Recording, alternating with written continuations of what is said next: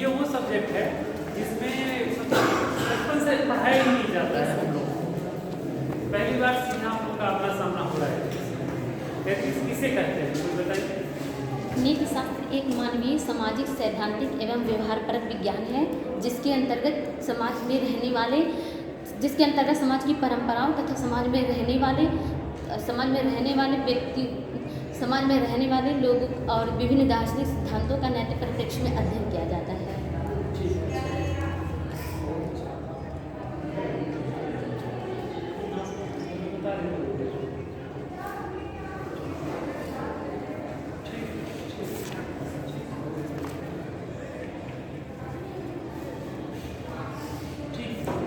आसान शब्दों में कहा जाए तो नीति शास्त्र जो है, बैठ जाइए, नीति शास्त्र जो है आसान शब्दों में कहा जाए तो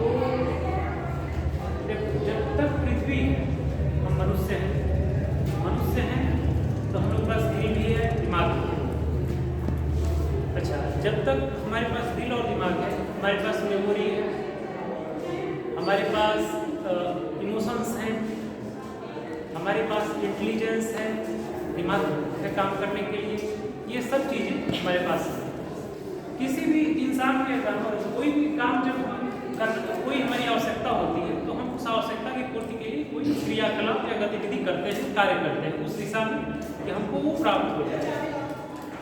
ठीक है, हमारी जो गतिविधियाँ हैं वो जानवरों की तरह से सीधे नहीं वो रिफ्लेक्ट होती है कि हमको ये चीज़ दिख रहा है और हमको वो काम करना है। वो हमारे क्रियाकलाप, हमारे जो माइंड है और हमारा जो हार्ट वो प्रभावित करता है, हमारे इमोशंस उस काम को प्रभावित करते हैं, हमारा ब्रेन उस काम को प्रभावित करता है। हाँ, आइए, तो ये जब हमारी गतिविधि को प्रभावित करने वाले बाहरी कारक जब आ जाते हैं, हमारी भावनाएं आ जाती हैं, हमारा दिमाग आ जाता है, इंटेलिजेंस आ जाता है, तो फिर उसका वो सही है या गलत है उसका परीक्षण करने की जरूरत महसूस होने लगती है। इंसान का जीवन का उद्देश्य जो है वो चरम प्रसन्नता है, आनंद है, सुख प्राप्त करना मनुष्य के जीवन का उद्देश्य है। ठीक, और एक कहावत कही जाती है, कहावत नहीं है, प्रसिद्ध लाइन है कि हम जो भी काम करते हैं उसके पीछे एक कारण होता है, उस कारण के पीछे एक कारण होता है जिसका कोई कारण नहीं होता। हमको कोई स्वीट पसंद है, मिठाई, हम क्यों जाके और लड्डू खा रहे हैं? मान लो, क्यों लड्डू खा रहे हैं? क्योंकि हमें पसंद है। अब क्यों पसंद है? अच्छा लगता है। अच्छा क्यों लगता है? इसके बाद की कोई वजह आपको नहीं मिलेगी। अंततः आप जाके वहाँ टिक जाओगे कि हमें इससे प्रसन्नता मिल रही है, इससे खुशी मिल रही है, इससे आनंद मिल रहा है, इससे सुख मिल रहा है, इस वजह से हम ये काम कर रहे हैं। तो चरम प्रसन्नता की प्राप्ति के लिए साधन के रूप में जो हम क्रियाकलाप करते हैं उसके औचित्य या अनौचित्य का परीक्षण करना ही नीति शास्त्र है। हम जो काम कर रहे हैं वो सही है कि गलत है, उचित है कि अनुचित है, अच्छा है कि बुरा है, इसका मूल्यांकन करना ही नीति शास्त्र है, एथिक्स। तो ये हमारा एथिक्स है। जब भी एथिक्स की बहुत सारी आपको डेफिनेशन मिलेंगी, एथिक्स का और अधिकांश डेफिनेशन सही भी होती है, कुछ डेफिनेशन में आप लोग सतर्क रहोगे, उसमें वो ये कह देते हैं कई बार कि समाज के द्वारा जो तय किया जाता है कि ये सही है और ये गलत है, वही नीति शास्त्र है। ऐसा नहीं है।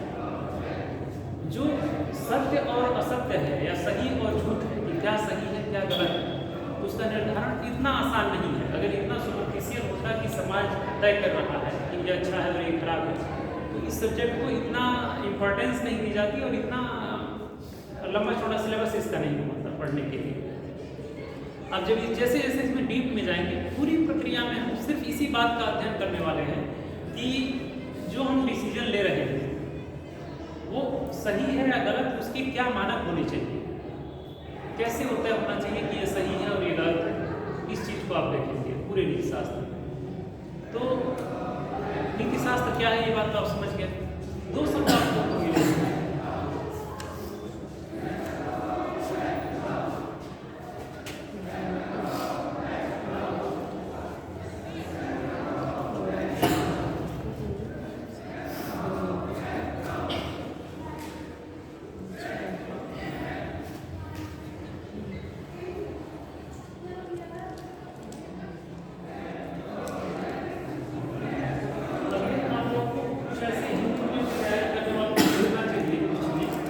क्या अंग्रेजी में लिखा है क्या हिंदी में लिखा है। कभी कभी ऐसा होगा कि हम कहेंगे कि इसको अंग्रेजी में जरूर देखिए, वो ये टर्म है।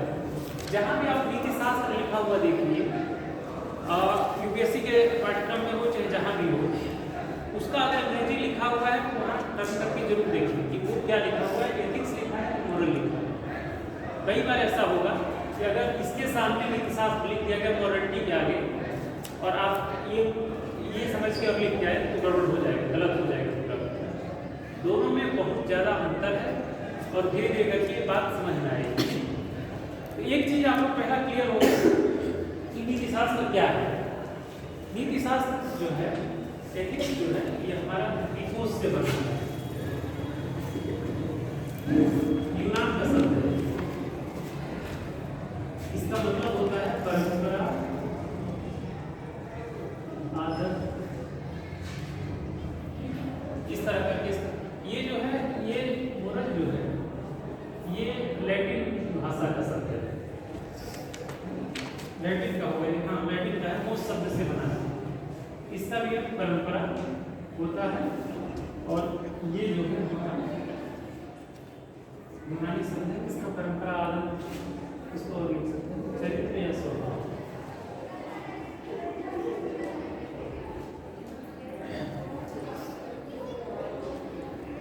एथिक्स और मोरलिटी में कोई अंतर बता सकता है आपको? वैसे मोरल क्या है?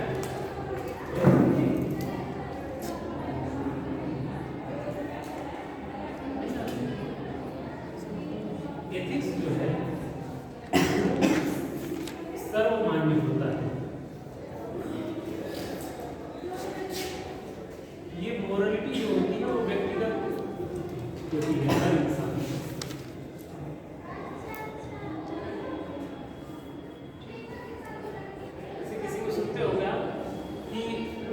करते समय कहते हैं कि आदमी को ऐसा होना चाहिए, वैसा होना चाहिए, मेरी समझ से तो आदमी ऐसा होना चाहिए। और वो जो बात कह रहे होंगे वो मेरी समझ से तो आदमी को अरेंज मैरिज करनी चाहिए, मैं कहूँ। अब ये जो है ये मेरी मॉरलिटी है, अगर मैं कह रहा हूँ अरेंज मैरिज करनी चाहिए। और एथिक्स जो होता है वो पूरे समाज के लिए सर्वमान्य होता है। उसमें हमारी तरफ से वो मान्यता सेटिंग हमको पहले से मिली होती है जिनका हमें पालन करना होता है। ठीक, ये दोनों में एथिक्स में और मोरलिटी में अंतर है। एथिक्स जो होता है ये जो है वर्ग, समूह, संस्कृति के लिए एक मान्य आचरण नियमावली होती है। मान्य आचरण नियमावली होती है। इसे जब आप सिविल सर्विस में सेलेक्ट होंगे तो कोड ऑफ कंडक्ट होता है, कोड ऑफ कंडक्ट, आचरण संहिता कहते हैं उसको। उसका पालन करना अनिवार्य होगा। अगर कोई कोड ऑफ कंडक्ट का उल्लंघन करता है तो उसको सजा दी जाती है। एक कोड ऑफ एथिक्स पढ़ाया जाएगा आपको, नैतिक संहिता। नैतिक संहिता यह है कि हम एक गाइडलाइन दे रहे हैं, एक थ्योरी बता रहे हैं कि आप इसके मुताबिक काम करना है, ऐसे काम करना है। कोड ऑफ एथिक्स के उल्लंघन में सीधे कोई पनिशमेंट नहीं होती है, लेकिन वो उचित आचरण नहीं माना जाता है। ये वो मार्गदर्शक सिद्धांत होते हैं। कोड ऑफ एथिक्स जो है वो केवल मार्गदर्शक सिद्धांत होते हैं, उनका पालन करना होता है, उसके गाइडेंस से आपको काम करना होता है। ठीक, तो ये दो चीज़ें हैं, एथिक्स है और मोरलिटी है। एथिक्स क्या, एथिक्स का डिसीजन कोई काम हमने किया, कोई भी एक्ट है,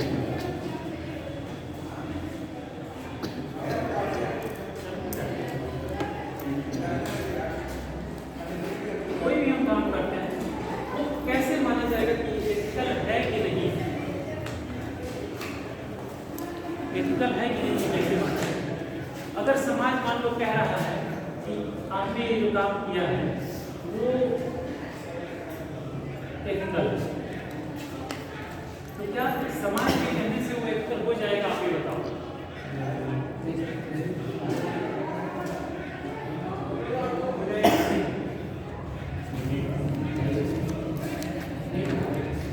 जैसे मान लो कि किसी समाज में हिटलर भी रहा है, मुसोलिनी भी रहा है, और जिस समय हिटलर शासन कर रहा था या मुसोलिनी शासन कर रहा था, आप ये देखोगे कि उसके शासन काल में जनता का अथाह प्रेम था, पूरा समाज उसके साथ खड़ा था, समाज उसको न्यायोचित ठहरा रहा था जो कर रहा था। क्या हिटलर ने जो किया पूरे यहूदी को गैस चैम्बर में डाल के मार दिया, पूरा समाज कह रहा था, क्या वो एथिकल हो? नहीं। इसका मतलब ये है कि जब हम कभी एथिकल का डिसीजन ले रहे होंगे, कोई काम एथिकल है कि नहीं है, तो हमें समाज का मुहताज नहीं होना, समाज पर रिलाई नहीं करना, समाज अंतिम सत्य नहीं है। हर अगर आप समाज नहीं निर्धारित कर रहा है, समाज पर आप नहीं छोड़ सकते हैं, तो क्या आप धर्म पर छोड़ सकते हैं?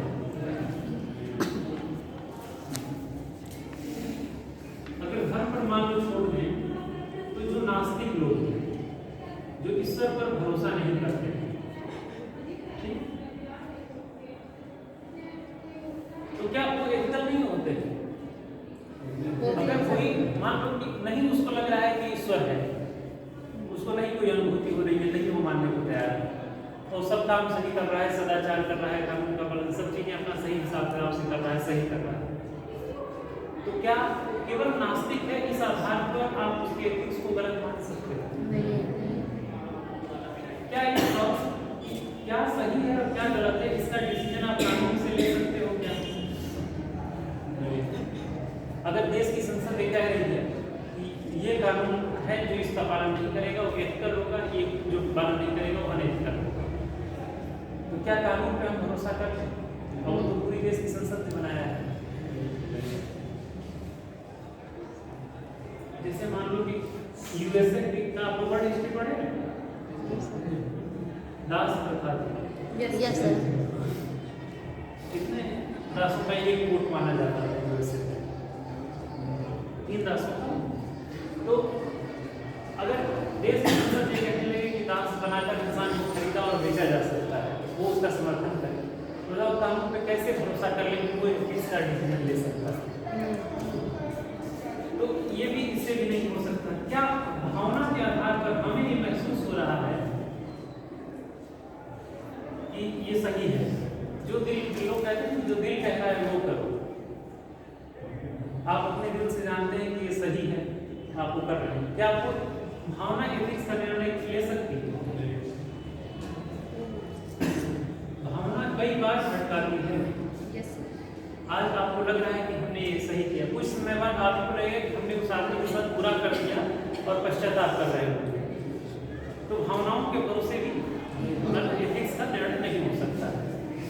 तो एथिक्स का निर्णय करते समय कितना हमें सतर्क होना चाहिए, ये दिख रहा है इस चीज से।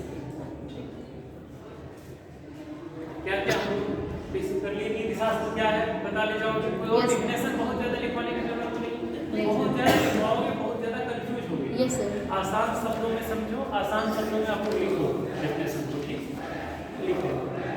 और एथिक्स का और इसका हम डिफरेंस पढ़ रहे थे। तो ये क्या है? एथिक्स वर्ग समूह संस्कृति के लिए सामान्य मान्य आचरण नियमावली है। ये क्या है? ये आचरण या आदर्श के बारे में, आचरण एक आदर्श के बारे में निजी मान्यता या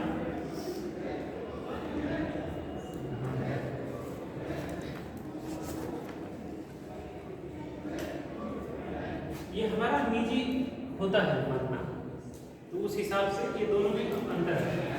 ये जो एथिक्स है इसका स्रोत जो है जहां ये निर्मित होता है वह है हमारा बाहर।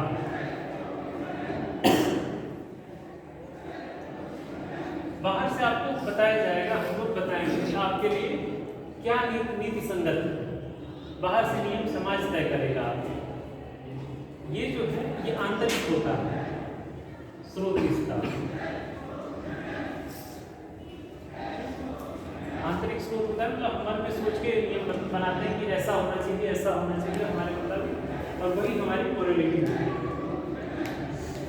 अच्छा मान लो वाई फॉर्म हम क्यों माने, एथिक्स को क्यों माने? नहीं मानेंगे अगर तो समाज आपको दंडित करेगा, क्योंकि समाज में इसमें ये सर्वमान्य है नियम। हो सकता है कि अगर आप एथिक्स का पालन ना करें नौकरी से भी निकाल दिए जाए अगर आप अनएथिकल काम करते हैं। लेकिन ये क्यों हम पालन करते हैं? हम इसका पालन करते हैं आंतरिक संतुष्टि के लिए। अगर मान लो हमारी कोई मान्यता है कि आंतरिक संतुष्टि के लिए, क्योंकि हमने ही वो नियम बनाए हैं मोरालिटी वाले, हमारे ही निजी आदर्श और मान्यताएं हैं। अब हम ही अपनी निजी मान्यता या सिद्धांत के खिलाफ काम कर रहे हैं तो अंततः हमें पश्चाताप होगा कि हम जैसा चाहते हैं वैसा ही काम नहीं कर पा रहे, चाहे भय में, लालच में, चाहे किसी भी तरीके से नहीं कर पाते हैं, तो उसके लिए हमें पश्चाताप होगा। इसलिए आंतरिक संतुष्टि के लिए हम इसको फॉलो करते हैं। अगर नहीं फॉलो करेंगे तो हमें पश्चाताप होगा। ये एक अंतर है। आप असहज रखने लगेंगे अगर नहीं अपने ही मान्यताओं और परंपराओं का पालन करते हैं। और जहाँ तक स्टेबिलिटी का क्वेश्चन है, जैसे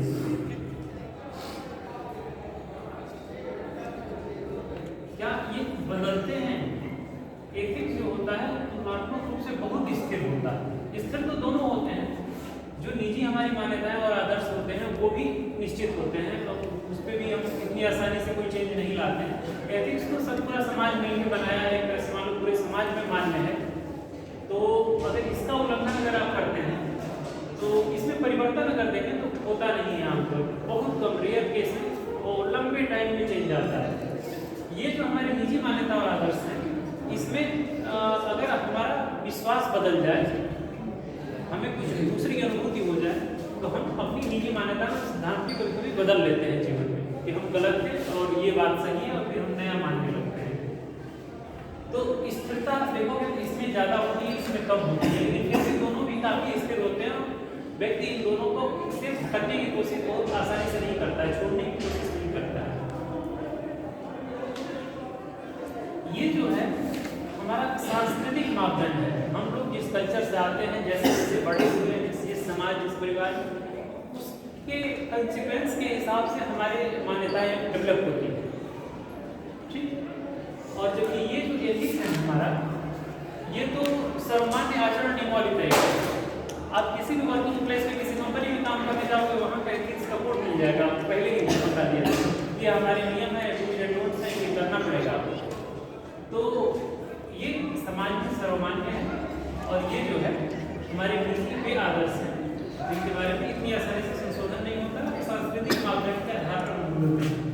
अगर ये क्वेश्चन पूछ लिया जाए कि नीति शास्त्र और नैतिकता में क्या अंतर है, एथिक्स और मोरलिटी में क्या अंतर है, तो आप लोग लिख लोगे एक दो लिख लेंगे सर। नीति शास्त्र क्या है? अगर पूछा जाएगा 2-3 पैराग्राफ लिखोगे, क्या सही है, क्या गलत है, क्या अच्छा है, क्या बुरा है, जरा प्रसन्नता के को प्राप्त करने के लिए जो भी क्रियाकलाप करते हैं उसके औचित्य अनौचित्य का परीक्षण होता है।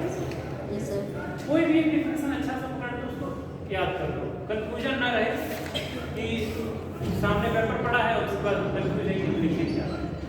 शुरू के 1-2 पैराग्राफ तो याद होने चाहिए, कुछ तो याद होना ही चाहिए, तो ठीक है।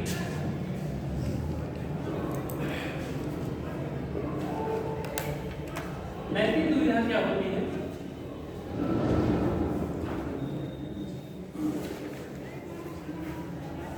कभी नैतिक दुविधा का आप लोग सामना किए?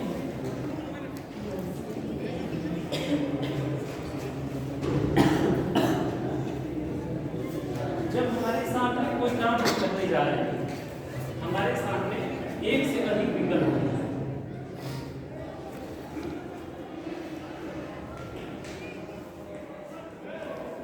हमारे पास एक से अधिक विकल्प हैं,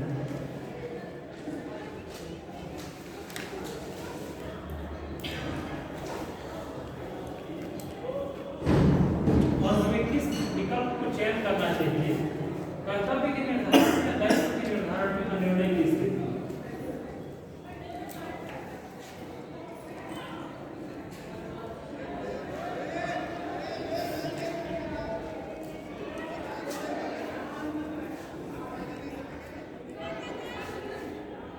ये होती है हम लोग की नैतिक दुविधा कि एक से अधिक विकल्प में हम कौन सा करें, कौन सा निर्णय लें, कौन सा नहीं लें, ये हम लोग की नैतिक दुविधा होती है।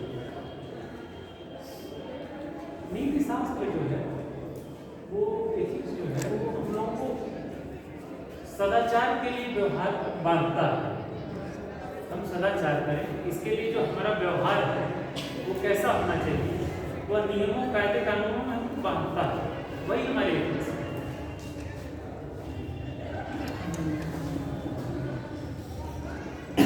बस शाब्दिक अर्थ भी आपको लिखो, वहाँ लिखा ही था एथिक्स का और मोरलिटी का दोनों का शाब्दिक अर्थ अलग अलग है, परिभाषा अलग अलग है, दोनों का अंतर अलग अलग है। ठीक है,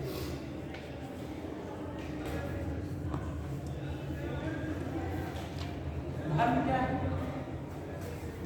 देखो अभी हम लोग सिलेबस पे चर्चा एथिक्स के नहीं कर रहे हैं। हम आज की क्लास में मैं कोशिश कर रहा हूँ कि जितनी छोटी बातें हैं वो सब बातें हम चूंकि शुरू से पढ़ाया नहीं जाता है, तो कुछ ये सब बातें हम लोग को पहले से पता होनी चाहिए। उसके बाद हम सिलेबस पर आएंगे और पूरी पॉइंट एक एक सिलेबस का पॉइंट बता के ये सिलेबस का पॉइंट है, इसमें ये पढ़ना है तो बता के हम आगे बढ़ेंगे। लेकिन आज जो बता रहे हैं बहुत जरूरी है। अगर आप यही नहीं समझेंगे कि नीतिशास्त्र क्या है, नैतिकता क्या है, इसके दृष्टिकोण क्या क्या है, तो फिर मुश्किल हो जाएगी। और देखो टर्म समझ में आते हैं कि ये टर्म है, लेकिन इसके बारे में हमको कुछ दो चार सब अच्छे पता होने चाहिए कि क्या लिखना है। अगर पूछ लिया जाए कि धर्म क्या है तो उसको शब्दों में कैसे बांधेंगे। एक परंपरा को मानने वाले लोगों की एक परंपरा को मानने वाले लोगों की समूह और कुछ धारण योग्य बातें।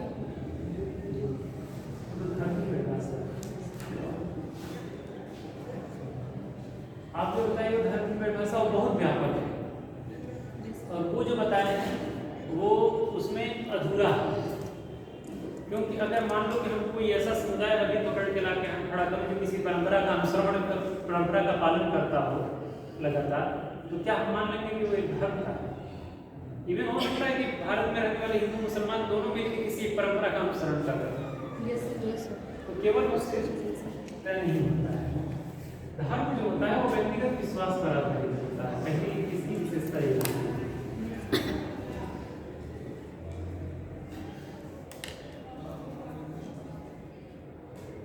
और आपको जो आप कहे हो अभी कि मतलब परंपरा रीति रिवाज और वो ऐसा धर्मों का अलग अलग अपना रीति रिवाज के कमाने का तरीका होता है, अंधविश्वास तक होता है कई बार।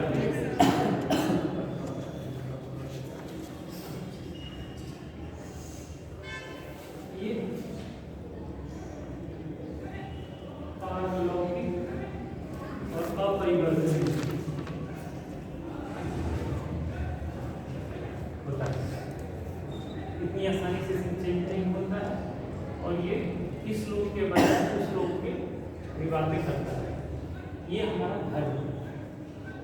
इस तरह की और भी अच्छी बातें हम धर्म के बारे में पढ़ सकते हैं। और क्या परिपाटी क्या है? कोई भी प्रथागत क्रियाकलाप या परंपरा या पद्धति जो समुदाय के द्वारा मान्यता दी गई हो वो होता है। अच्छा, परिपाटी बनाई क्यों जाती है?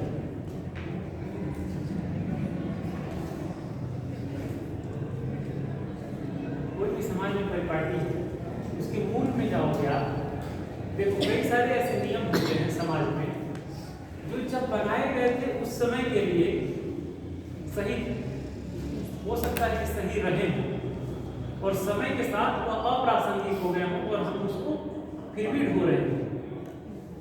जाति व्यवस्था के बारे में अलग अलग विद्वानों की आप अलग अलग राय पढ़ते होंगे। उनमें से एक वर्ग ऐसा भी है जो जाति व्यवस्था को इसलिए जस्टिफाई करता है कि वो जिस समय वो बनाया गया था वह उस समुदाय के एक विशेष व्यवसाय से जुड़ा हुआ था, उसको लेकर के वो उसको सही ठहराने की कोशिश करते हैं कि समाज में हर समाज में ऐसे समुदाय होते हैं और उनकी अपनी पहचान होती है, और उस हिसाब से ये जातियाँ बनी हैं और ये विशेषज्ञता को प्रोत्साहित करती है। इस तरीके की बात आप पढ़े हुए कहीं कहीं। तो जाति व्यवस्था के बारे में ठीक है, जो मेन बुराई है उसमें वो अनुक्रम को लेकर के कि ये जाति ऊंची है, ये जाति नीची है, ये बड़ी है, छोटी, जो क्रम बनाया गया है ये क्रम बुरा है। उनका ये कहना है कि ये समुदाय गलत नहीं है, ये समुदाय होना चाहिए कि विशेषज्ञता को प्रोत्साहित कर रहे हैं, लेकिन उसमें जो एक वो बनाया गया है, पिरामिड बनाया गया है, ये ऊपर से नीचे, वो चीज़ उसमें गलत है। परंपरा परिपाटी जो बनाई जाती है वो इसलिए कि समुदाय में विवाद या संघर्ष न हो। कई बार ऐसा होता है कि विवाद और संघर्ष न हो, इसके लिए परिपाटी बना दी जाती है। सुगम होता है इनका पालन करना और समुदाय सम्मत होता है, ये प्रथागत क्रियाकलाप होता है। शिष्टाचार क्या होता है? कई लोग ऐसे होंगे जो एथिक्स नहीं पढ़े होंगे, उनको लगेगा कि एथिक्स, मोरलिटी, शिष्टाचार सब एक ही चीज है। शिष्टाचार क्या होता है? किसी काम को करने का उचित तरीका क्या होगा, है ना, किस तरीके से किया जाएगा, तरीके की प्राथमिकता क्या होगी। तो काम करने का जो तरीका है, उसकी जो प्राथमिकता है, वो पहले से तय है हमारे यहाँ। ये करना है, कैसे करना है, ऐसे उठना है, ऐसे बैठना है। तो और ये सामाजिक प्रयोजन के अनुसार होता है।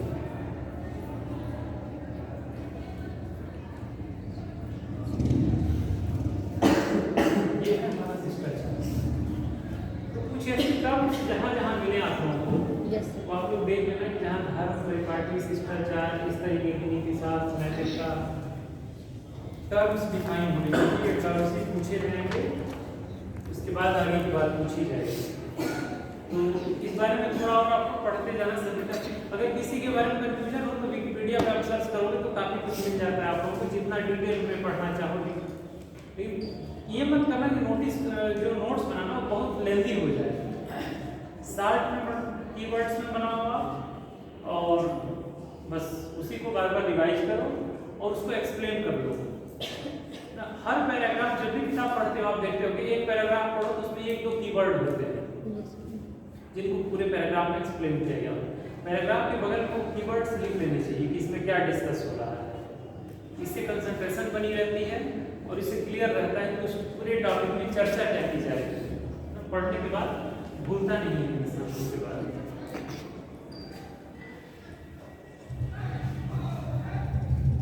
एथिक्स और मोरलिटी का हम चर्चा कर रहे थे, उसमें एक चीज और बताना, जो एथिक्स होता है वो कहीं हम जैसे पेशे में, किसी भी पेशे में आप जाओगे तो वहाँ का मैंने बताया एथिक्स आपको पहले बताया जाता है, ये इस पेशे का एथिक्स है। मेडिकल में जाओगे तो वहाँ का एथिक्स, तो वो जो एथिक्स है वो अच्छा प्रशासक बनाती है, अच्छा नेता बनाती है, अच्छा उद्यमी बनाती है। जिस पेशे में आप जाओगे वहाँ के एथिक्स का अगर पालन करते हो तो वो आपको उस क्षेत्र का विशेषज्ञ बनाएगा। जबकि मोरलिटी जो है हम लोगों की, वो क्या करती है, हमें व्यक्तिगत रूप से मतलब अच्छा बनाती है। अच्छा जैसे अच्छा पति, अच्छा माँ, अच्छा पुत्र, इस तरीके की निजी जीवन में, क्योंकि वो आत्मनिष्ठ होता है, हमने खुद ही बनाए हैं, इसलिए होता है। अच्छा, परिचित के साथ क्या व्यक्ति एथिक्स का पालन करता है और नहीं, परिचित के साथ मोरलिटी का पालन करता है और अपरिचित के साथ एथिक्स का पालन करता है। ये पॉइंट क्लियर है?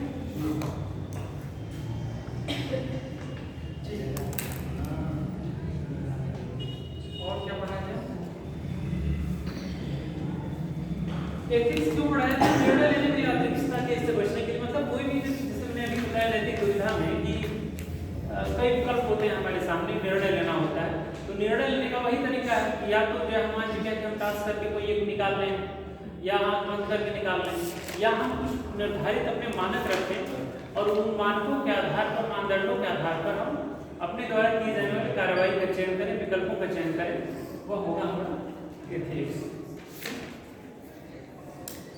नैतिक दुविधा में जब भी हो हम लोग, तो क्या कैसे निर्णय लेना चाहिए हम लोग?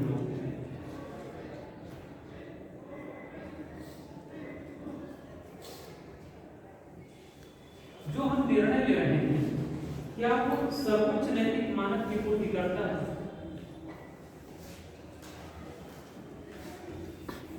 सर्वोच्च नैतिक मानक या मानदंड या सार्वभौमिक मूल्य मानक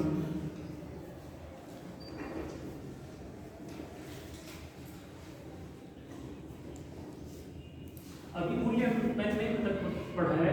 एथिक्स जो है और मोरालिटी जो है इसकी चर्चा की, अभी वैल्यू की चर्चा नहीं की याद रखिएगा, वो इसमें सिलेबस में वैसे भी आने वाला है वैल्यू, तो बताया जाएगा। वैल्यू दो तरह की, सार्वभौमिक होती है और गैर सार्वभौमिक भी होती है। परिस्थिति जन्य हो कह सकते हो मूल्य उसको, जो सभ्यता संस्कृति के पृष्ठभूमि में निर्मित होती है।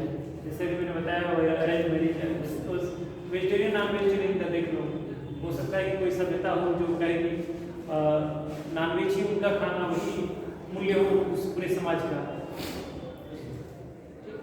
तो क्या जो सार्वभौमिक मूल्य जो होते हैं वो सभी सभ्यता और सभी समाज में कॉमन होते हैं। सत्य बोलना, चाहे इस तरीके के जितने भी हैं।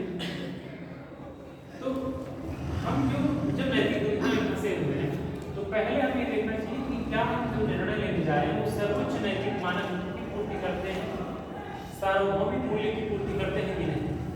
अगर वो करते हैं, कोई उससे कमतर नैतिक मूल्य की का विकल्प हमारे सामने उपलब्ध है, तो हमें ये सर्वोच्च नैतिक मानक का पालन करना चाहिए। एक ये हमारा पैरामीटर। अच्छा, एक नैतिक दुविधा में फंसे हो तो गांधी जी ने बताया है रास्ता, किसको याद है? गांधी जी का जंतर किसको याद है? जब संविधान सभा की बैठक होने वाली थी, संविधान सभा के सदस्य गांधी जी नहीं थे, तो जब बाबू जगजीवन राम गए उनके पास आशीर्वाद लेने के लिए, तो उन्होंने एक लाइन कही थी, वो प्राइमरी स्कूल के बच्चों के पीछे जो राष्ट्रगान वाला छपता है जनगण मन किताब के पीछे, वहाँ गांधी जी का जंतर पहले छपता है। वो बहुत इम्पॉर्टेंट है, वो एथिक्स की दृष्टि से वो याद होना चाहिए। गांधी जी का ऐसे जितने भी हमारे महापुरुष हैं उनके सिद्धांतों को एथिक्स में पढ़ना पड़ेगा आपको। एक गांधी जी का जंतर हो गया, उसमें उन्होंने वही कहा था, जब भी आप कोई असमंजस की स्थिति का सामना करो, निर्णय की स्थिति का सामना करो, तो आप समाज के सबसे हाशिए पर खड़े हुए सबसे कमजोर आदमी के चेहरे को याद करना और यह सोचना कि आप जो निर्णय लेने जा रहे हो उससे उसे फायदा होगा कि नहीं। आप श्योर हो जाइए कि फिर आपके मन में कोई दुविधा नहीं रह जाएगी। ये गांधी जी का जज्बा है। गांधी जी का एक साथ जो है क्या है वचन, वो भी आप लोगों को याद रखना चाहिए। सर्च करके आप लोग देखना और वो भी याद रखना। एक गांधी जी का जैसे जनता है, उसी को आप मानक मान सकते हो।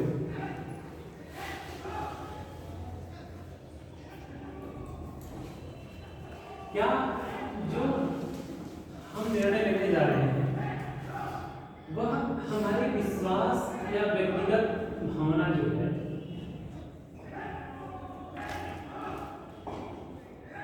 विश्वास हो गया, व्यक्तिगत सिद्धांत हो गया, उत्तरदायित्व हो गया, इनके अनुरूप है कि नहीं, ये भी आप देख सकते हैं जब नैतिक दुविधा में आप फंसे हो। एक चीज ये गांधी जी का जो बात कर ही रहे हैं करना, तो गांधी जी ने एक और लाइन कहा, किसी को याद है कि आप वो काम न करो कि जब आप उसी परिस्थिति में रहो तो आप दूसरे से उम्मीद करो कि वो काम वो न करे। क्या कहते हैं उसको? अगर मेरे अलावा कोई और उसी स्थिति में हो, अन्य व्यक्ति से क्या हम वही उम्मीद करेंगे कि वह निर्णय ले?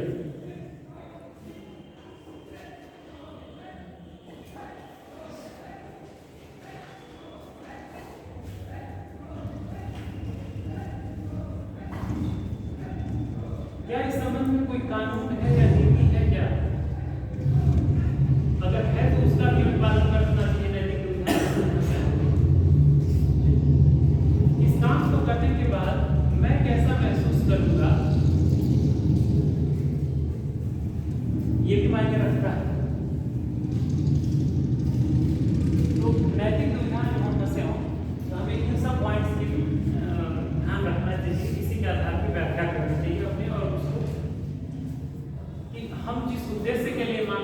करना है और नैतिक सिद्धांत से क्या उससे हमारे उस उद्देश्य की पूर्ति हो रही है कि नहीं, ये भी हमें उद्देश्य भी ध्यान रख सकते हैं।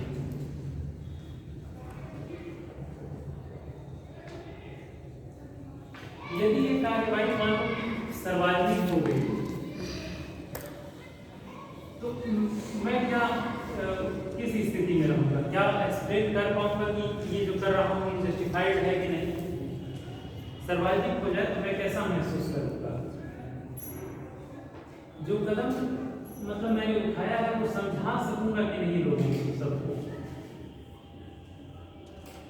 ये भी सोचना होता है आपको।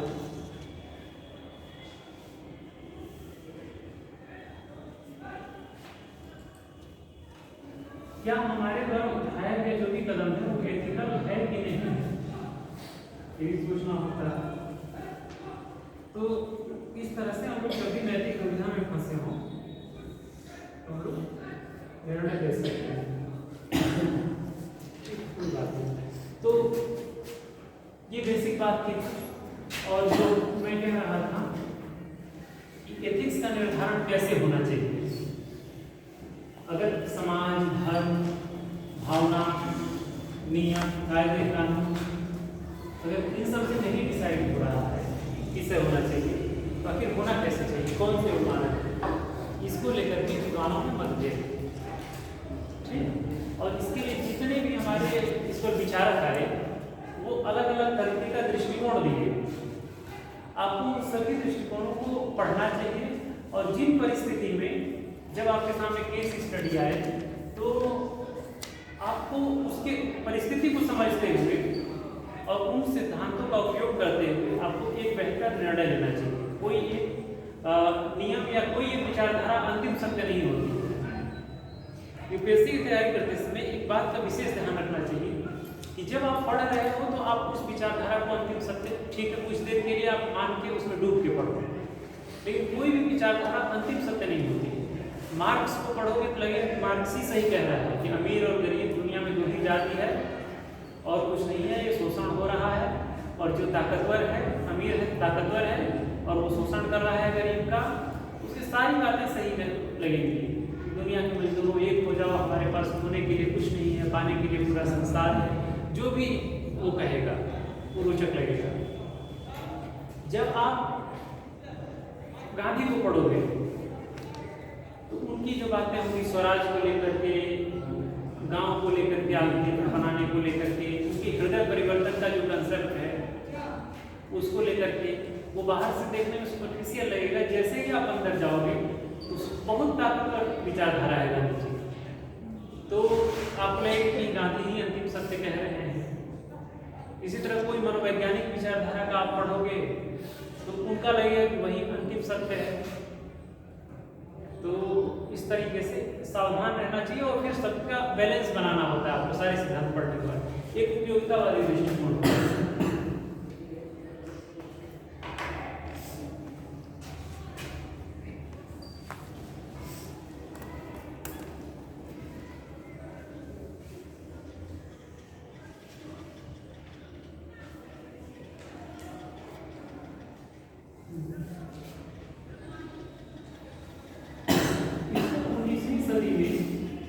जेरेमी बेंथम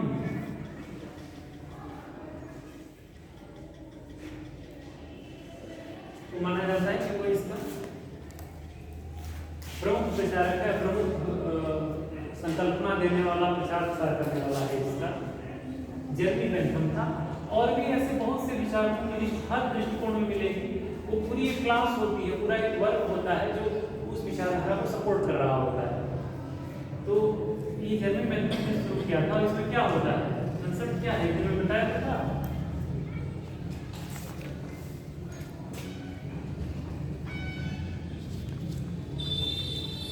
अधिकतम लोगों का अधिकतम लाभ।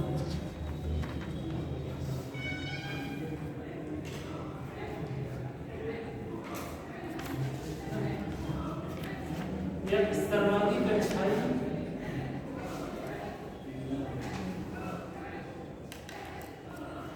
न्यूनतम बुराई।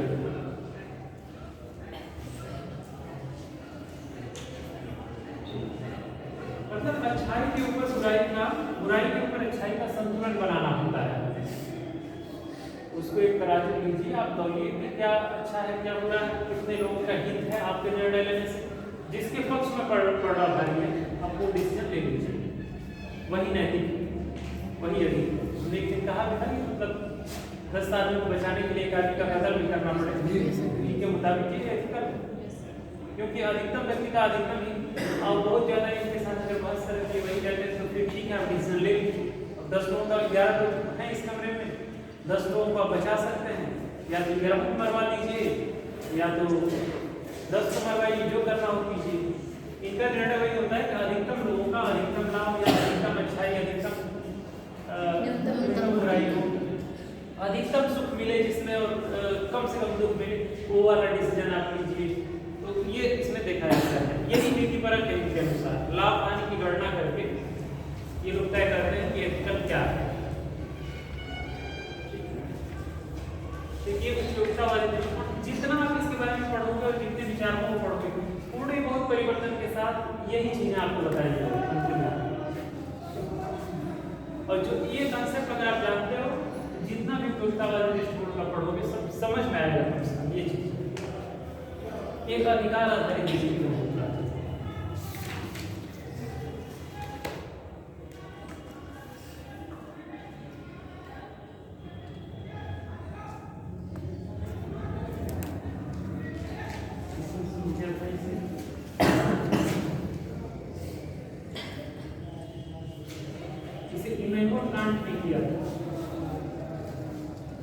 जितने लोगों का मैं नाम बहुत ज्यादा मैं दार्शनिकों फिलोसोफरों का नाम नहीं लूंगा, वैसे भी आप लोग पढ़ नहीं पाओगे। और जितने का मैं ले रहा हूँ ये समझ जाओ कि ये वे विचारक हैं जो बहुत ही महत्वपूर्ण है और वो कभी भी पूछे जा सकते हैं। जैसे का भी पूछा जा सकता है, इमैनुअल कांट का तो कई बार पूछा ही गया होगा, कई बार पूछा गया होगा। इसमें क्या होता है, प्रत्येक व्यक्ति की गरिमा और आदर,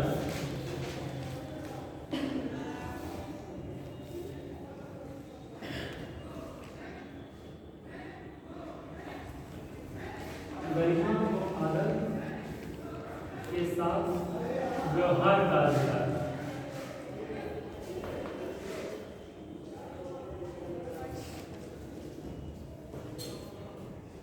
किसी के साथ इसमें पक्षपात या वो भेदभाव नहीं होना चाहिए। ये इस पूरी विचारधारा का कहना है। किसी एक के साथ आप वो नहीं कर सकते हो, भेदभाव नहीं कर सकते हो। हर आदमी का एक अधिकार है, उस अधिकार का उल्लंघन कभी भी किसी भी शर्त में नहीं किया जा सकता है। और करते हैं तो वो एथिक्स के साथ वो अनएथिकल है, उस इंसान के साथ उसका अनएथिकल है। इसमें 3 तरह के आप लोगों को न्याय पक्ष नहीं है।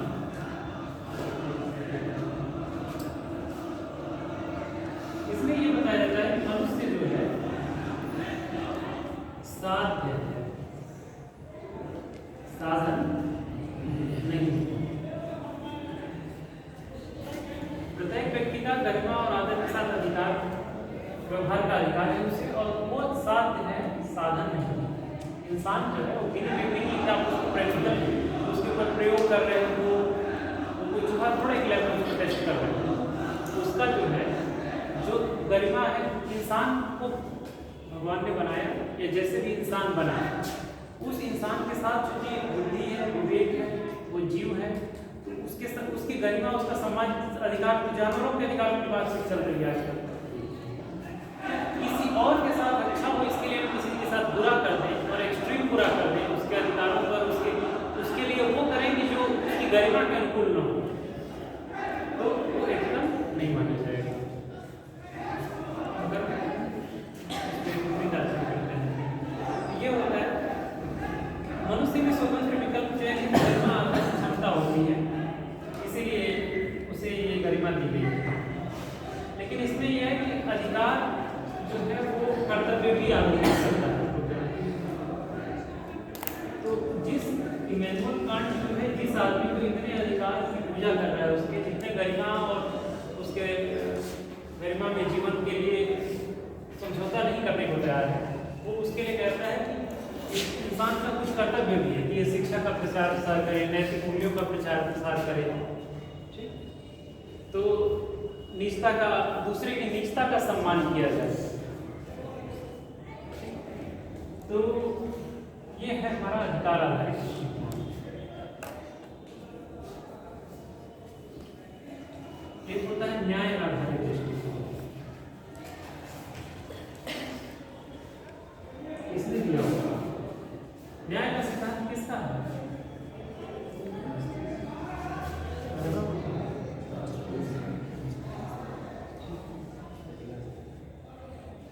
यूनान का था। इसको न्याय या निष्पक्षता का सिद्धांत भी कहते हैं।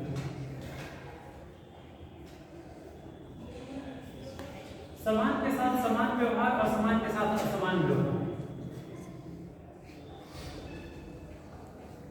समान के साथ समान और असमान के साथ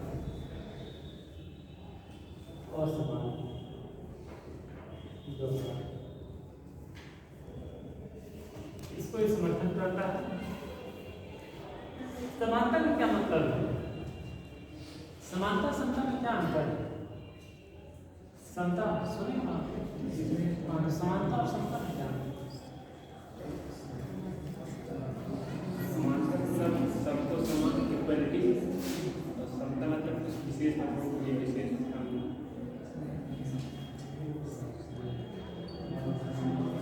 अरविंदो को पढ़े हो, शास्त्रों को पढ़ा करो। अरविंदो महर्षि अरविंदो नाम सुना? अच्छा, ये कह रहा हूँ, मान लो दो बच्चे हैं, ठीक, एक 20 साल का है, एक 2 साल का है।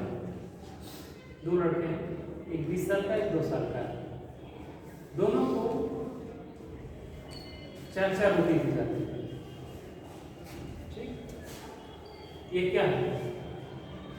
ये समानता का। लेकिन क्या दोनों के साथ समान व्यवहार किया गया? नहीं। एक तो इतना छोटा बच्चा 2 साल का है, 4 रोटी खाए तो उसे अतिसार हो जाएगा, ऐसी बीमारी हो जाएगी जो ज्यादा खाने से हो गई, और एक भूखों मर जाएगा। एक ऐसी समानता है। समानता तो है लेकिन समता नहीं। समता तो ये है कि समान व्यक्ति के साथ समान व्यवहार किया जाए, असमान व्यक्ति के साथ असमान व्यवहार किया जाए। असमान व्यक्ति के साथ असमान व्यवहार करना ही समानता है। आंख बंद करके आंख पट्टी बांध के अगर सबको 4-4 रोटी खिलाई जाए तो वही होगा। तो और उसको कहीं कहना है, और उसने न्याय के बारे में कहा है, 3 तरह के न्याय के उन्होंने कहा है। एक प्राकृतिक न्याय,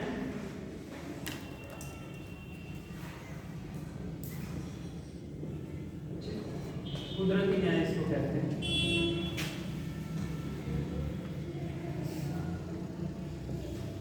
प्राकृतिक न्याय होना चाहिए उसका कहना है। कहाँ प्राकृतिक न्याय नहीं होता है? कोई एग्जाम्पल बताओ। जैसे महिलाओं को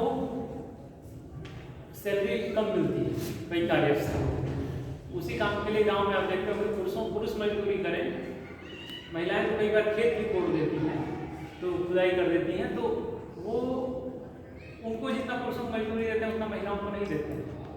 ये हाई लेवल तक है, मैनेजर लेवल तक बड़ी बड़ी एजेंसीज में देखा गया कि पुरुषों और महिलाओं के समान काम के लिए उनको अलग अलग वेतन दिया जाता है। प्रकृति ने सबको बराबर बनाया है, कार्य क्षमता बराबर है, सेवा बराबर ले रहे हैं, वेतन क्यों नहीं बराबर है? तो अरस्तु का ये कहना है कि प्राकृतिक न्याय होना चाहिए, कुदरती न्याय होना चाहिए। समान कार्य के लिए, जैसे मान लो बिना लैंगिक भेदभाव के, बिना किसी भेदभाव के, इस तरीके का अप्राकृतिक भेदभाव के आप उसको सभी के साथ समान व्यवहार कीजिए। एक दंडात्मक न्याय होता है।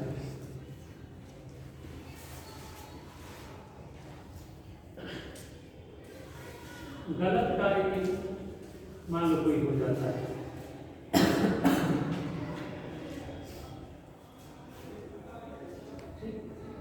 एक ही गलती 2 आदमी करते हैं, एक समान गलती करते हैं, क्या उनको एक समान सजा देनी चाहिए? एक ही कंपनी में या एक ही सिविल सेवक में मान लो 2 सिविल सेवक हैं और दोनों ने एक ही गलती कर दी, परिस्थिति के अनुसार नहीं देगा। अगर मान लो कि नौसिखिया है, वो गलती करता है, और एक आदमी जो 50 साल का हो चुका है, उसको रोज कहा जाता है कि तुम ये काम मत करो, तो फिर भी वो गलती वही कर रहा है, तो क्या दोनों के लिए दंड तो अलग अलग होना चाहिए? फिर आप देखो असमान के साथ असमान व्यवहार यहाँ भी होना चाहिए। तो ये है हमारा दंडात्मक न्याय जो है, ये नहीं है कि आंख बंद करके हम सबको 2 साल की सजा सुनाते रहते हैं, 2 साल की सजा एक जैसा व्यवहार करते हैं। परिस्थिति को समझते हुए उसके अनुसार हमें एक होता है प्रतिपूरक न्याय, नाम से ही स्पष्ट है। जैसे मान लो कोई अगर एक्सीडेंट हो जाता है, रोड एक्सीडेंट हो जाता है, तो रोड बनाने वाले इंजीनियर की गलती थी, नागरिक की तो कोई गलती नहीं थी। तो रस्तों का मानो तो नागरिक को मुआवजा देना चाहिए सरकार को, उसकी क्षतिपूर्ति करनी चाहिए, क्योंकि उसकी तो उसमें कोई गलती नहीं है। तो इस तरह करके प्रतिपूरक न्याय को समझाता है। या कोई भी ऐसे अवैधानिक तरीके से कर्मचारी को बर्खास्त हो गया गलत तरीके से, उसको नहीं होना चाहिए और उसकी पूरी सर्विस बिक गई, अब उसकी क्षतिपूर्ति सरकार को देनी चाहिए। इस तरीके का न्याय भी किया जाना चाहिए। ये एक तरह का न्याय है। उसका जो मूल कंसेप्ट देखो लास्ट में है यही आएगा। अरस्तु के बारे में हम बाद में पढ़ेंगे, ठीक। और भी अरस्तु कई सारी चीजों के बारे में पढ़ाया जाएगा।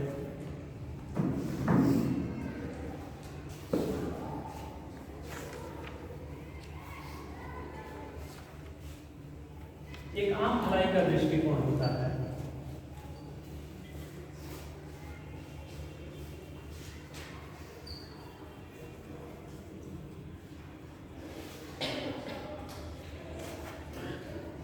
कांट का जो थ्योरी था अधिकार आधारित दृष्टिकोण, उसको पढ़ने के बाद आप लोगों को लग रहा होगा कि ये तो व्यक्ति का पूजन है, कि वो व्यक्ति के अधिकारों की बात कर रहा है, इसके बाउंड्री नहीं जाए कि इसका कोई उल्लंघन नहीं करेगा। लेकिन उसका ये दावा है कि वो यह समाज के हित में कर रहा है, समाज ही नहीं बचेगा अगर वो ऐसा नहीं करेगा। तो व्यक्ति के हित में ही समाज का हित है, ऐसा मानता है। कई लोग मानते हैं कि समाज के हित में ही व्यक्ति का हित है। आम भलाई का जो दृष्टिकोण है वो वही है, आम भलाई जो समाज के या समुदाय के हित में।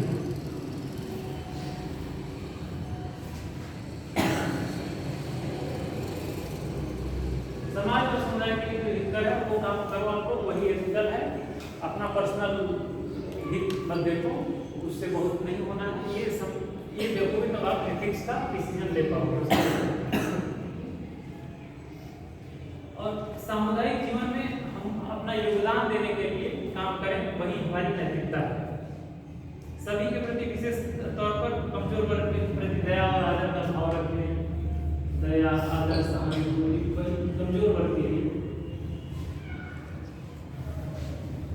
यही कुल मिला के आम भलाई में जो दृष्टिकोण होता है लगभग किसी के से मिलती जुलती बातें करता है। एक सद्गुण आधारित दृष्टिकोण होता है।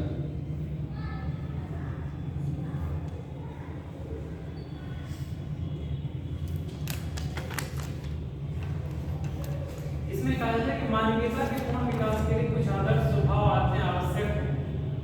तो मानवीय विकास के लिए जो मूल्य आवश्यक है उन पर ये फोकस करता है।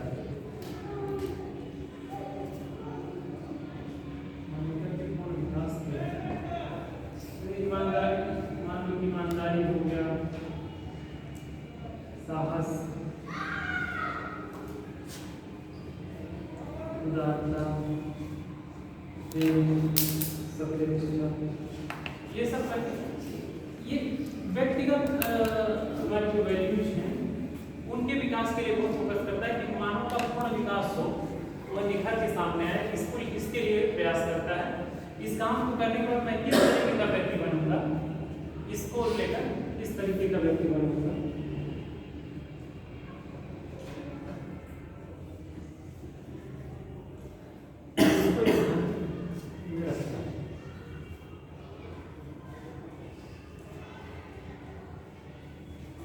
मेनली देखो इसी तरह की अलग अलग दृष्टिकोण आप लोग पढ़ोगे और उसी के आधार पर आपको एथिक्स का कई बार डिफिनेशन देना पड़ेगा। इसके बारे में यही सब फिलॉसफी का चिंतन होता है।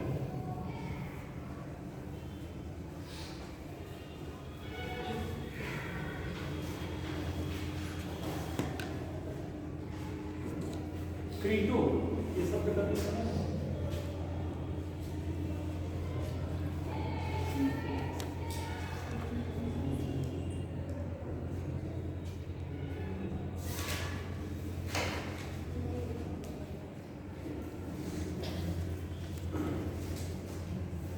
प्लेटो की किताब है, एक किताब है, उसमें संवाद के माध्यम से, बातचीत के माध्यम से, डायलॉग्स के माध्यम से वो ये निष्कर्ष निकालता है कि क्या एथिकल है। आपस में से दो आदमी बातचीत कर रहे हैं, उस बातचीत से कंक्लूजन ड्रा हो रहा हो कि हमें एथिक्स का निर्णय करते समय भावनाओं पर विश्वास नहीं करना चाहिए। वो बहस करते करते कोई परिस्थिति पैदा करके डिसीजन दे देते हैं। तो इस तरीके का एक किताब है जिसमें उसी तरह बहस करते हुए एक निर्णय लिया जाता है। तो इसमें क्रीटो और प्लेटो की वार्ता है, अरस्तु का भी इसमें उल्लेख है। अरस्तु का नहीं, सुकरात का। सुकरात गुरु था ना, प्लेटो का गुरु। इसमें वही कई सारी चीजें लिखी गई कि मतलब निर्णय में भावुकता नहीं, तर्क होना चाहिए, लोकप्रियता को ध्यान में रख के निर्णय नहीं लेना चाहिए कि क्या निर्णय लेना सही है, क्या गलत है। अपने स्वयं के बारे में सोच कर निर्णय लेना चाहिए। यदि तो सब लोग कह रहे हैं तो वही एथिकल है, वही निर्णय सही है। वो काम कभी नहीं करना चाहिए जो नैतिक न हो, किसी को हाथ नहीं पहुँचाना चाहिए, कानून का पालन करना चाहिए, वगैरह वगैरह चीजें इसकी चर्चा वो करता है। ठीक, कभी क्रीटो को लेकर क्वेश्चन हो सकता है यूपीएससी में, इसको आप सर्च कर लीजिए, इस किताब के बारे में बेसिक बातें जान लीजिए, उसमें क्या लिखा है, कैसे लिखा है। एक है डेविड रॉस, इसमें 7 कर्तव्य बताए हैं।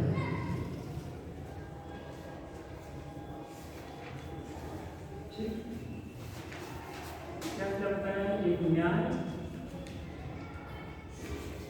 एक गैर हानिकारता, मतलब किसी को नुकसान न पहुंचाना,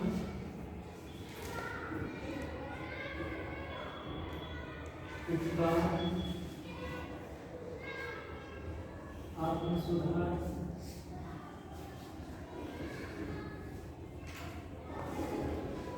निष्ठा, सुधार, कृतज्ञता,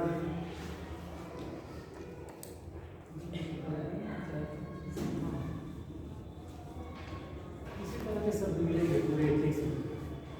और जो इन शब्दों के साथ मित्रवत हो जाएगा, फ्रेंडली हो जाएगा और लिख पाएगा उत्तर, और ऐसा प्रथम दृष्टया कर्तव्य इसको कहता है, प्राइमा फेसी। अगर पूछे विकास के साथ कर्तव्य क्या होते हैं, प्रथम दृष्टया साथ कर्तव्य क्या है, हेडिंग डाल कर लिखना पड़ेगा कैसे इसके आधार पर नैतिकता को प्रोत्साहन मिलता है, कैसे हर इंसान को इसका पालन करना चाहिए ताकि वो एथिकल हो सके।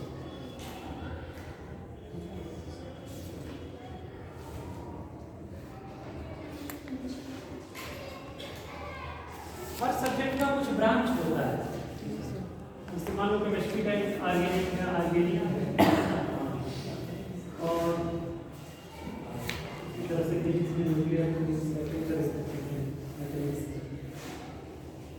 तो इसकी भी ब्रांचेज होती हैं एथिक्स की।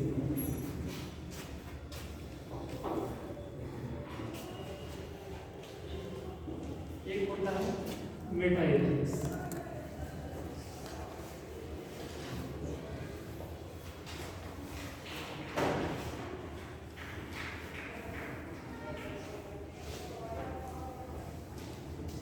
इसको हिंदी में बहुत समस्याएं हैं, कई तरीके की हिंदी इसकी यूज की जाती है। या फिर एक पद को नीति शास्त्र में यूज किया जाता है,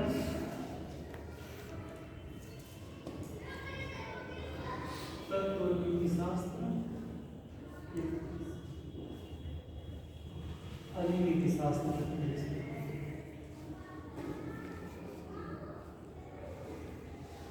कुछ भी कंसेप्ट है और इसमें कंसेप्ट थ्योरी इन सबको स्टडी किया जाता है।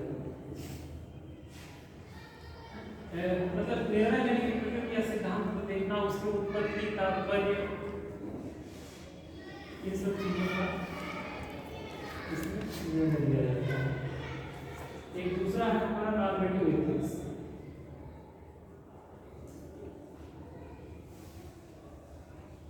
जब तक इंग्लिश इसमें आप नहीं पढ़ के देखोगे तब तक आप डिसीजन नहीं ले पाओगे। हिंदी में हो सकता है कि कोई और शब्द भी नया आविष्कार करके और वो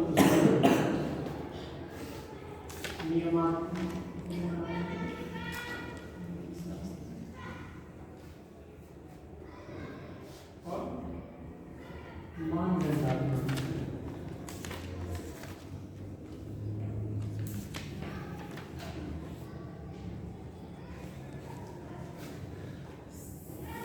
सही गलत का निर्णय लेने के लिए प्रश्नों उत्तरों का समूह है। एक तरह से सवालों का समूह। इसके माध्यम से स्टडी किया जाता है कि क्या एथिकल है, क्या अनएथिकल है। एक और होता है स्थिति जन्य नीति शास्त्र, व्यवहारिक नीति शास्त्र, व्यवहारिक नीति शास्त्र, अप्लाइड एथिक्स। जैसे विवादित विषय कोई भी है उस पे इसमें पढ़ाया जाता है।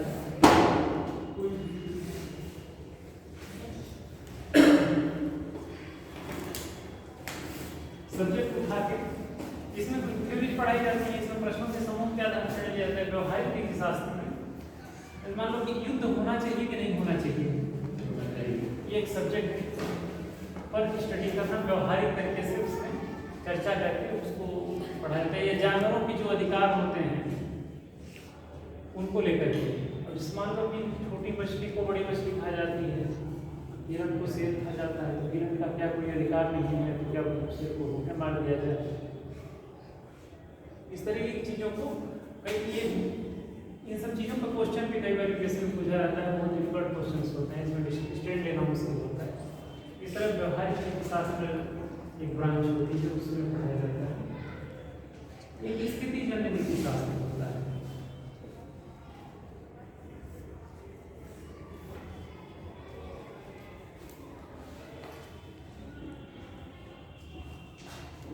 क्या सही है, क्या गलत है, सार्वभौमिक नियम पर निर्णय, सार्वभौमिक परिस्थिति पर नहीं वो होता है, परिस्थिति के अनुसार नीति शास्त्र का निर्णय लेना होता है। इसमें चर्चा की जाती है। जैसे मान लो मैं खिड़की किसी की तोड़ दूँ, सामने खिड़की दिख रही मैं तोड़ दूँ, वो एथिकल है क्या अनएथिकल है? अनएथिकल है। आग लगी थी और उसमें 5 साल की बच्ची थी, हमने तोड़ के और बचा दिया, हमने खिड़की तोड़ के एथिकल काम किया क्या अनएथिकल काम किया? एथिकल काम किया। तो परिस्थिति पर निर्णय हुआ कि नहीं? Yes sir. तो इस तरह करके स्थिति के आधार से नीति शास्त्र का निर्णय लिया जाना चाहिए, उसके बारे में इसमें स्टडी कराया जाता है। मान लो कोई दौड़ रहा है, दौड़ना एथिकल है कि अनएथिकल है? वॉकिंग कर रहा है, एक्सरसाइज कर रहा है, अच्छा ही है। अच्छा यस सर। लेकिन वो किसी महिला के गले से चैन खींच के भाग रहा है, अब भाग रहा है तो वो एथिकल कर रहा है कि अनएथिकल कर रहा है?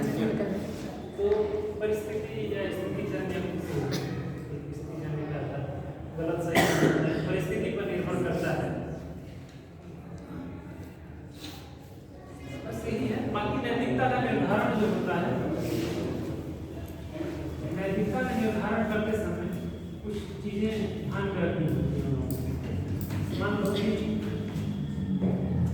गलती से कोई काम हो जाए, है ना, एक मजदूर है ये तोड़ रहा है, हथौड़ा चला रहा है, उसे नहीं पता है कि नीचे कोई जानवर है, मर गया, जानबूझ के तो नहीं मारा, वो तो काम कर रहा है। तो क्या वो एथिकल है कि वो काम किया तो एथिकल किया, क्या अनएथिकल किया? अब चूंकि उसे उसका पता नहीं था परिणाम, तो उसके नैतिकता का निर्धारण आप कैसे करोगे? परिणाम पता होना चाहिए।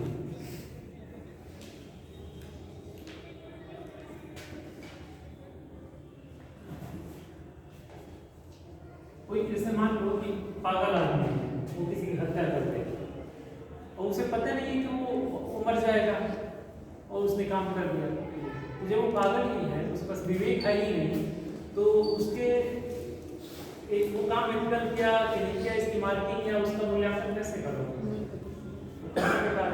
पता होना चाहिए। कार्य मतलब वही इरादतन किया गया हो, उसके बारे में जानकारी स्वैच्छिक रूप से किया गया हो।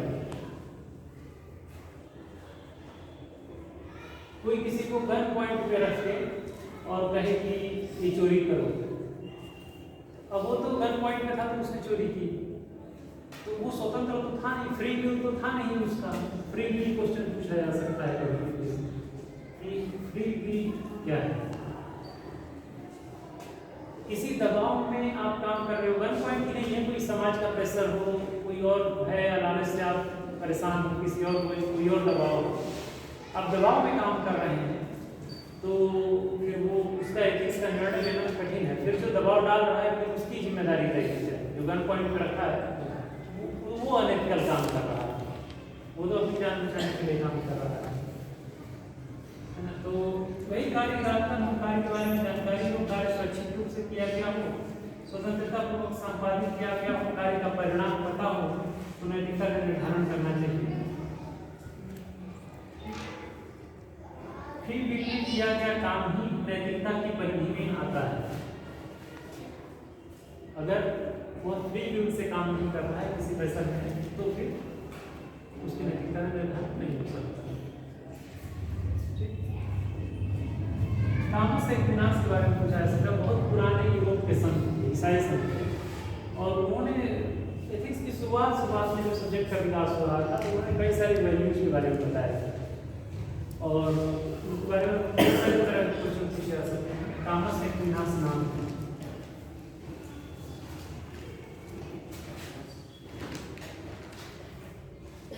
इसलिए याद आ गया कि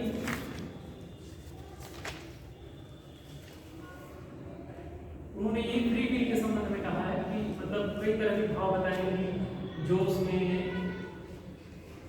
भय में, लालच में, इन सब में, अज्ञानता, जोश, भय, हिंसा, इन सब में अगर कोई मानवीय क्रियाकलाप किया जा रहा है तो उसका एथिक्स का निर्णय लेना कठिन है। और ये मानवीय क्रियाकलाप को बाधित करते हैं, वो तो सब साबित है। कहेंगे कि अज्ञानता, जोश, भय, हिंसा, आदत, मिजाज, इन सब के आधार पर मानवीय क्रियाकलाप में बाधाएं पैदा होती हैं। रुग्णावस्था से बाधाएं पैदा होती हैं।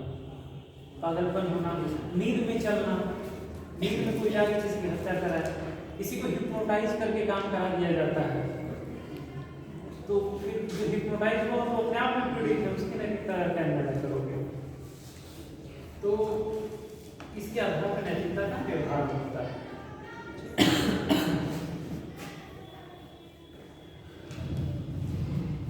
हो गया, टाइम हो गया क्या? Yes sir. ठीक, कल से हम लोग सिलेबस शुरू कर रहे हैं। एक एक पॉइंट जहाँ पर सिलेबस शुरू हो रहा होगा वहाँ से बताएंगे। बहुत संक्षिप्त में मैं पढ़ा रहा हूँ, कोई भी चीज़ें बहुत डिटेल में मैं नहीं जा रहा हूँ। आप लोग किताब पढ़ोगे, मटेरियल दे दिया जाएगा, उसमें पढ़ो। मेरा बस मकसद इतना है कि आप लोग की रुचि पैदा हो जाए उस सब्जेक्ट। जब आप पढ़ने जाओ तो इतना न आपके ऊपर किताब हावी हो जाए कि आप बोर्ड के बाद जाओ किताब रखो, नींद आने लगे। तो बेसिक बातें, कोर बातें अगर आप जानते हो, 2-4 लाइन लिख लोगे। एथिक्स में नंबर उसको मिलेगा जो अपने लेवल पे मेहनत करेगा। बेसिक बातें बता दे रहे, 2-4 लाइन लिख ले रहे हो, सब लिख लेंगे, एक एवरेज मार्किंग हो जाएगी। लेकिन मैंने बताया डायरी लिखना, अच्छा नोट्स बनाना, अच्छे स्टोरीज और ये सब चीज़ें मालूम होनी चाहिए, प्रेजेंटेशन मालूम होना चाहिए, अभ्यास करना चाहिए, डिटेल में स्टडी करनी चाहिए। सिलेबस तो कोई भी पढ़ाई खत्म कर देगा। अब मैंने आज कह दिया कि आप गांधी जी का जंतर पढ़ लेना और गांधी जी के 7 पाँव, मैंने कहा गांधी जी के नोट कर लो 7 पाँव, गांधी जी के अनुसार मतलब 7 पाँव। गांधी जी ने बताया कि 7 पाँव होते हैं दुनिया में, जैसे पूछा गया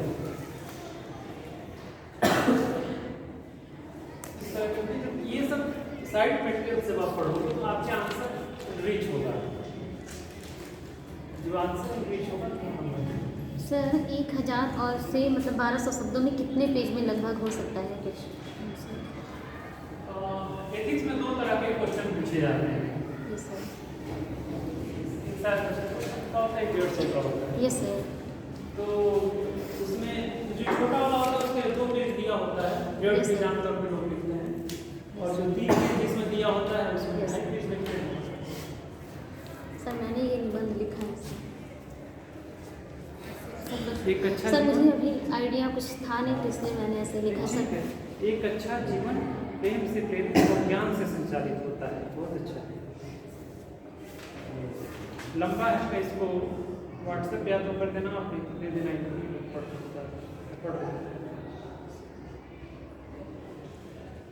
ठीक है, अच्छा। आप लोग अपना अपना ऐसे लिख के, अब तो ये भी नहीं कर सकते आप लोग सब्जेक्ट नहीं मिला है, ग्रुप में आप लोग देखे हैं कि नहीं? अच्छा, दूसरे ग्रुप को भी खोल देते हैं, और वो उसमें मैंने डाला है ऐसे का सब्जेक्ट भी आप लोगों को पता चल गया क्या है सिलेबस में लिखा है। 5 साल के क्वेश्चन पेपर से इंग्लिश में हिंदी में लिख के दे दिया आपको।